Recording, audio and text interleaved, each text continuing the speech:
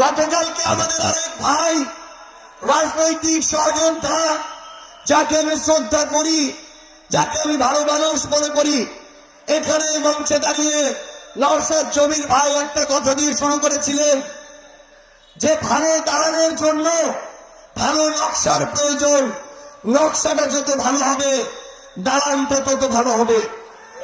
আমি আমার ভাইয়ের এই কথায় সবার আগে দ্বিমত প্রকাশ করে আমার বক্তব্য শুরু করতে চাই।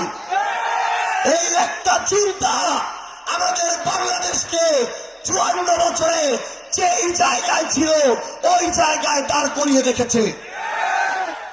শুধু নকশা দিয়ে হয় না আমার ভাই, ওই নকশা করার পরে যেই উপাদান দিয়ে, যেই ম্যাটেরিয়াল দিয়ে ওই নকশাটা সম্পূর্ণ করতে হয়, আমার ওই ইট, ওই সিমেন্ট, ওই বালু, ওই পাথর, ওই দক্ষ শ্রমিক, এগুলোর একটাও যদি ঠিক না থাকে, যত ভালো নকশা হোক ওই দালান কোনদিন ঠিক করা সম্ভব না।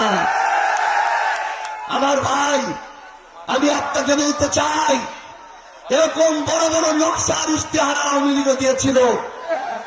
২০৪১ পর্যন্ত নকশা ছিল, ২০৪১ পরে আরো ১০০ বছরের নকশা ছিল, কিন্তু আমরা শুধু লুটপাট দেখেছি।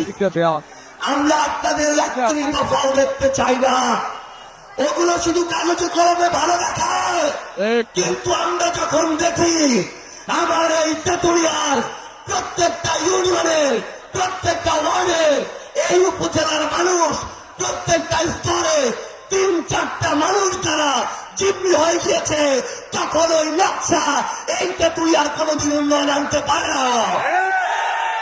আমরা শ্রমিকদেরকে শ্রমিক বানিয়ে রাখার যে খেলা, সেই খেলার চলতে দিব না ইনশাআল্লাহ।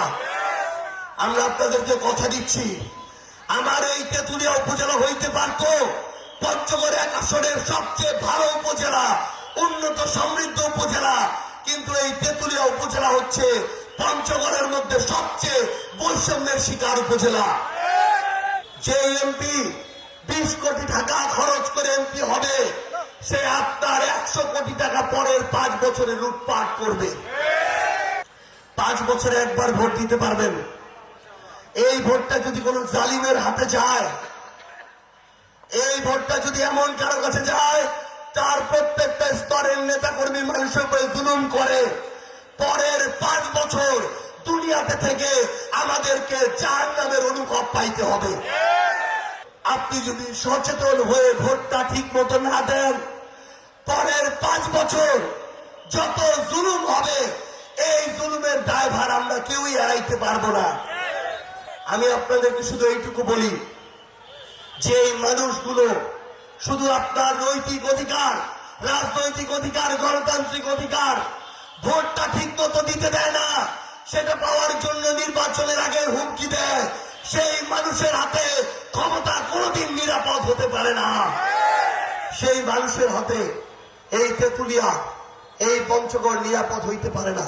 তেমনি ভাবে ওসমান হাদি কোন জেলার না হয়ে, কোন উপজেলার না হয়ে বাংলাদেশের ইনসাফের প্রতীক হয়ে উঠেছেন।